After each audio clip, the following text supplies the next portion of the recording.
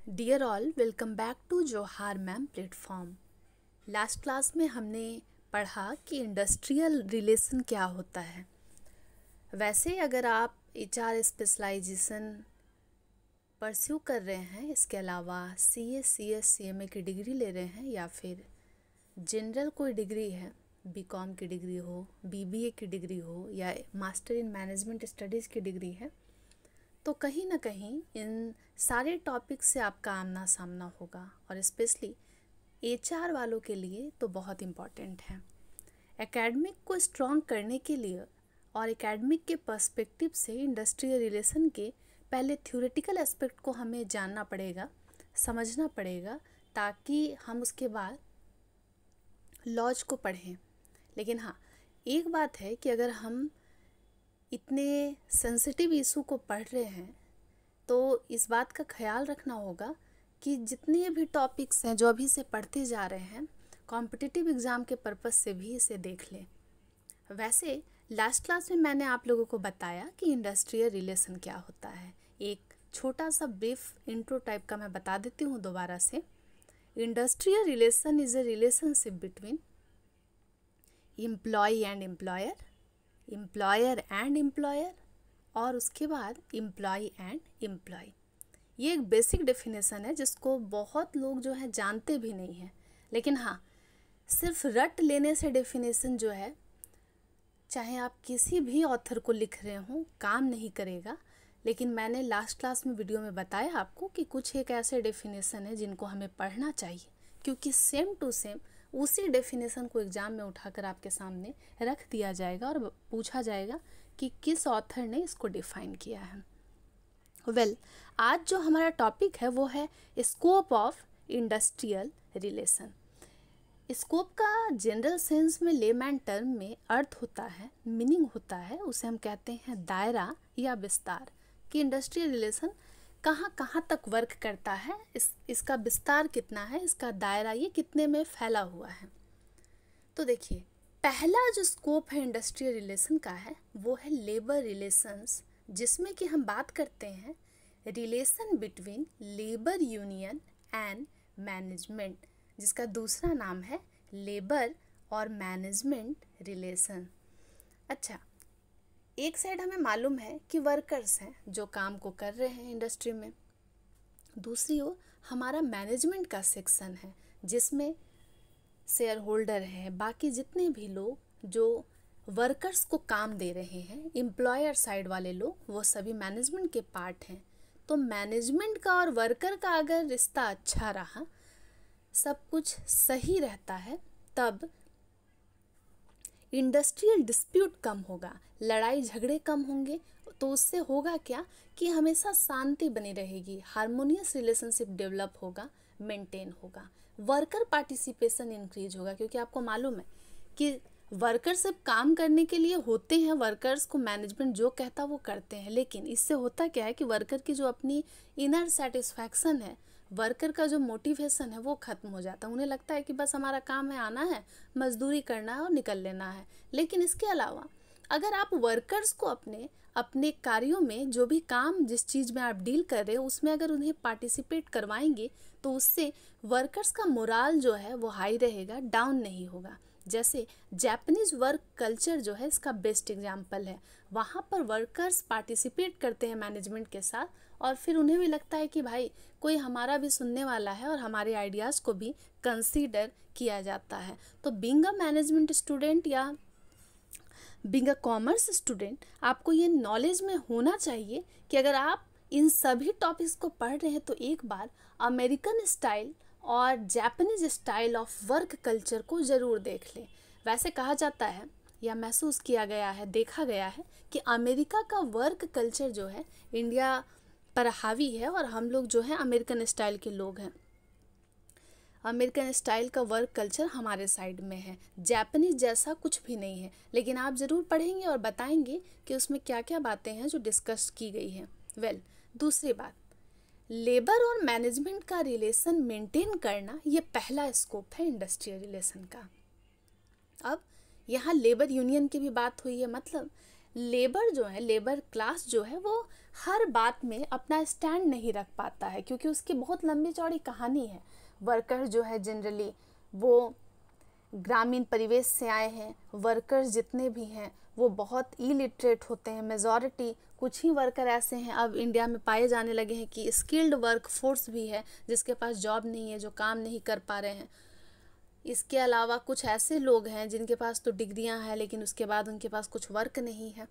तो लेबर की आवाज़ को बुलंद करने वाला जो उन्होंने अपना एक यूनियन बनाया है, तो वो जो है उसके साथ भी अच्छा रिश्ता होना चाहिए मैनेजमेंट का, क्योंकि मैनेजमेंट जब अपने वर्कर्स से काम को करवा रहा है, काम ले रहा है, तो वो उसको ये बात नहीं भूलना चाहिए कि वर्कर्स को हमें एक्सप्लॉइट नहीं करना है। वो भी इंसान है, उनके भी बहुत सारे अपने लाइफ को लेकर के ड्रीम्स हैं, उनको भी अपने घर को चलाना है। तो जब वो अपनी बात को नहीं रख रहे हैं तो जनरली वो एक यूनियन के पार्ट हो जाते हैं, जिसे हम ट्रेड यूनियन कहते हैं, जहाँ पर बात ये होती है कि वर्कर्स के राइट को प्रोटेक्ट किया जाता है और वर्कर्स की आवाज़ को उठाने के लिए एक छोटा सा ऑर्गेनाइजेशन जो है फॉर्म होता है। इससे होता क्या है कि जो वर्कर खुद को दबे कुचले महसूस कर रहे हैं तो उनको एक बॉस मिल जाता है, तो उन्हें लगता है कि हमारी बातों को कोई जो हमसे तेज़ है, जो थोड़ा ऊपर है, जो हमारे मुद्दों को समझ रहा है, वो उसको आवाज़ बुलंद करेगा और फिर हम लोग मैनेजमेंट से निपट लेंगे, डील कर लेंगे। दूसरी बात, employer employ relation between management and employ. Basic सी बात है, आप अभी ही समझ गए हैं। एम्प्लॉयर कौन होते हैं? जो वर्कर्स को जॉब देते हैं। अब वर्कर्स को काम तो मिल गया है, लेकिन होता क्या है कि कई बार आप ऐसा देखते हैं कि एम्प्लॉयर जो है, जो मैनेजमेंट का साइड है, वो वर्कर्स से उनके साथ बहुत सारा कन्फ्लिक्ट हो जाता है, लड़ाई झगड़ा हो जाता है। रीज़न क्या है? तो कई बार वेज के कारण वर्कर्स ये महसूस करते हैं कि वो जितना काम कर रहे हैं उसके बदले उनको उतना कंपनसेशन, उतना सैलरी, उतना मेहनताना नहीं मिल रहा है। तो मैनेजमेंट कहती है कि भाई हम अपने वर्कर, हम जो है कैपिटलिस्ट हैं, हमारे पास पूंजी है, मशीन खरीद रहे हैं, लेकिन वर्कर जो है काम से भाग रहे हैं। ज़्यादा से ज़्यादा वर्कर चाहते हैं कि वो छुट्टी ले, टाइम पास करें। तो वर्कर्स के पास भी अपना इशू है, मैनेजमेंट के पास भी इशू है। कई बार ये जब लड़ाई झगड़ा बहुत अधिक हो जाता है तो फिर सरकार की एंट्री होती है, गवर्नमेंट जो है वो इंटरफेयर करता है इन मामलों में। उसके बाद चाहे मैनेजमेंट हो चाहे वर्कर क्लास हो, दोनों की क्लास लगती है जिनकी गलती होती है। तो एम्प्लॉयर और एम्प्लॉई का रिश्ता अगर अच्छा रहा तो वर्क प्लेस में तो शांति होगी। तो इसे भी मेंटेन करना कहलाता है इंडस्ट्रियल रिलेशन, और एक दायरा ये भी है। इसके अलावा कई और भी स्कोप हैं जो इंडस्ट्रियल रिलेशन के देखे जाते हैं, जैसे कि एम्प्लॉयर है, एम्प्लॉई है, स्टेट है। स्टेट यहाँ बात हो रही है सरकार की, गवर्नमेंट की, क्योंकि आपको मालूम है कि सरकार को ख्याल रखना पड़ता है कि सोशल जस्टिस मिल पाए। ऐसा ना हो कि कोई वर्कर जो है वो एक्सप्लॉइट हो जाए, ऐसा ना हो कि मैनेजमेंट के पीपल जो है वो एक्सप्लॉइट हो जाए। तो समाज में शांति व्यवस्था, कोड ऑफ कंडक्ट जो है वो मेंटेन रहे, इसके लिए कोशिश होती है कि कम से कम मैनेजमेंट में और वर्कर्स में लड़ाई झगड़ा हो।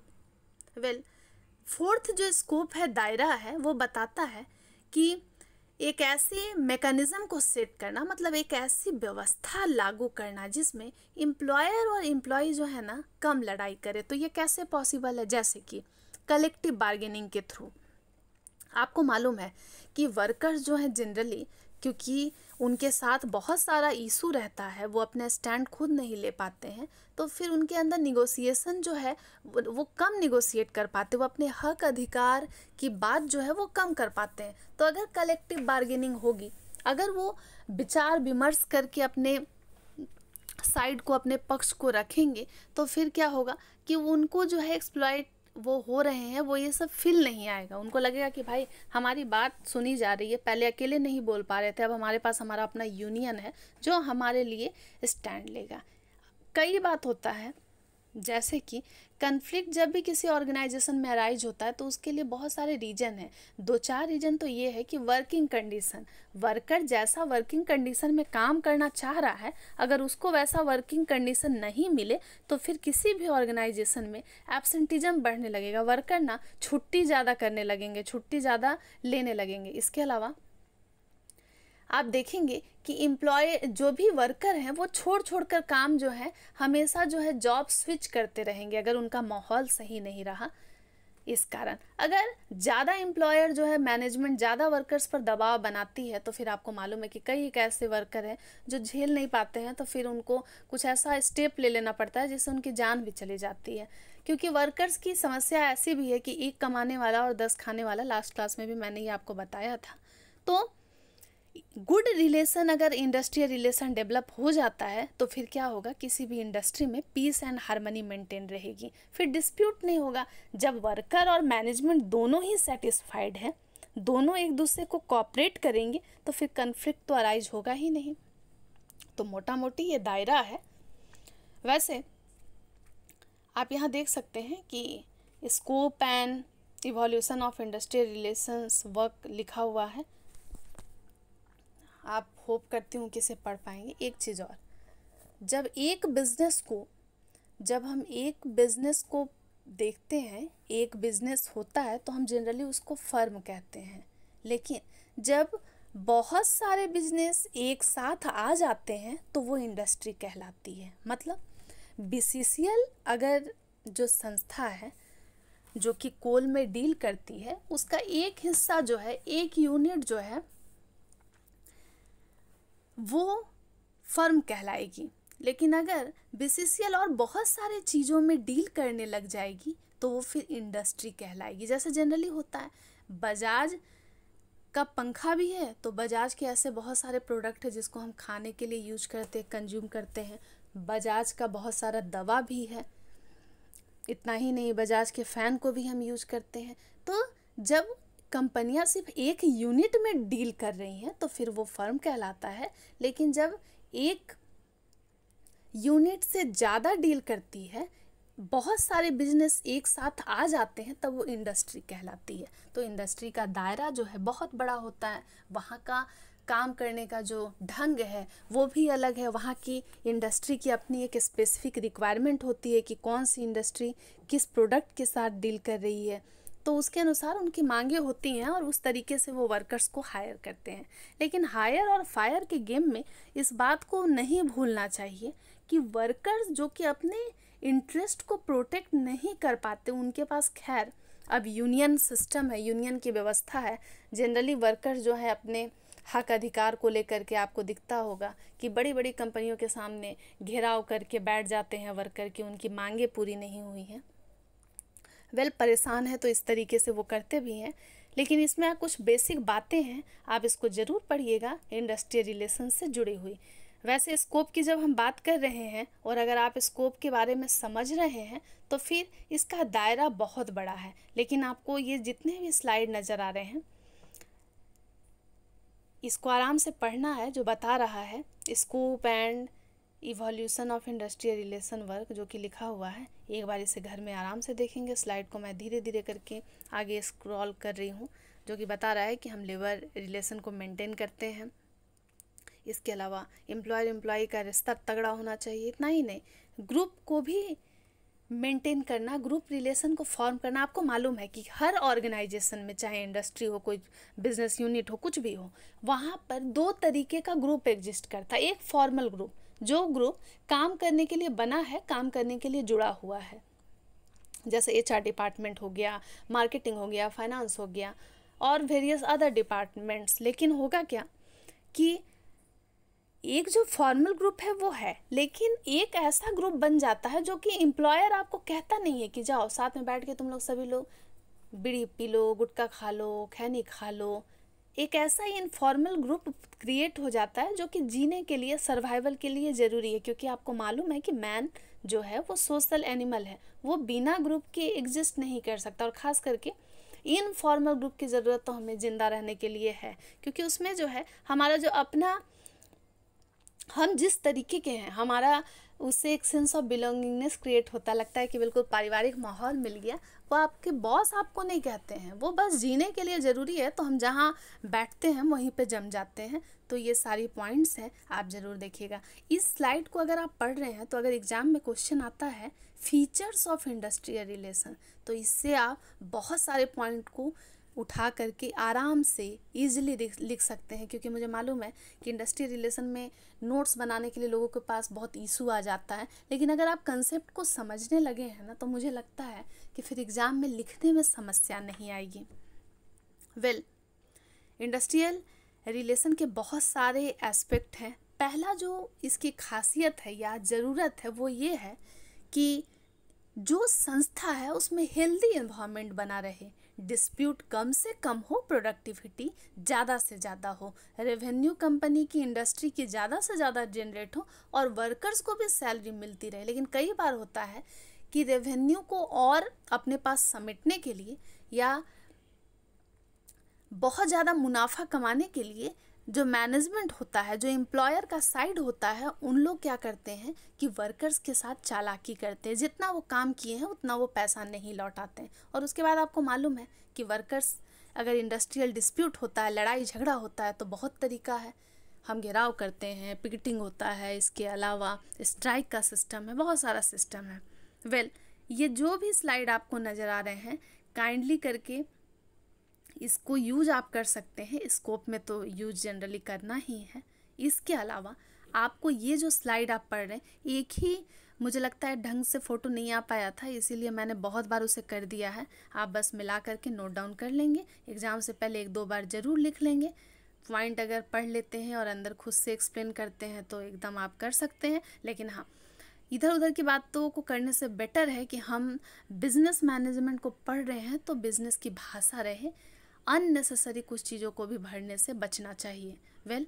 यहाँ तक आपको जो भी नज़र आ रहा होगा वो बहुत ज़रूरी है, और इतना वो ज़रूरी है कि आप एग्ज़ाम में इसको यूज कर सकते हैं। और इतने सिंपल लैंग्वेज में लिखा हुआ है कि मुझे रीड करने में सही नहीं लग रहा है, सूटेबल नहीं लग रहा है, इसलिए मैं रीड नहीं कर रही हूँ। इसी को उठा करके आप फीचर्स ऑफ इंडस्ट्रियल रिलेशन में यूज कर सकते हैं। इसके अलावा स्कोप में तो करना ही है। और even what is industrial relation अगर ये क्वेश्चन आता है और एक्सप्लेन इट्स स्कोप, तो ये सारे पॉइंट्स को हम यूज कर सकते हैं।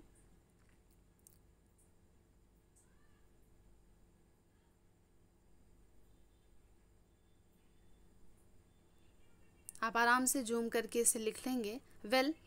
थोड़ी सी एक अलग सी बातचीत है, लेकिन मुझे लगता है कि इस वीडियो में करने से बेटर होगा। मैं उसके लिए एक सेपरेट वीडियो को बना दूंगी ताकि आप इजीली पढ़ पाएँ। लेकिन जो आपको वो टुकड़े टुकड़े में नज़र आ रहा है, आप यहाँ जूम कर लेंगे। उसी को मैंने स्नैपशॉट को अच्छे से लेने की कोशिश की है। अगर आप इस पॉइंट को पढ़ पा रहे हैं तो आप इसको, अगर पूछा जाता है कि इंडस्ट्रियल रिलेशन का फंक्शन क्या है, ऑब्जेक्टिव क्या है, इवन इंडस्ट्रियल रिलेशन का फीचर्स क्या है, तो आप हर जगह पर इन सारे पॉइंट्स को यूज कर सकते हैं। लेकिन हाँ, समझने के लिए मैं वापस से बताऊंगी आपको कि स्कोप ऑफ इंडस्ट्रियल रिलेशन जो है उसका दायरा बहुत बड़ा है, और उसके बारे में ईच एंड एवरीथिंग जो है इसमें आपको मिल जाएगा।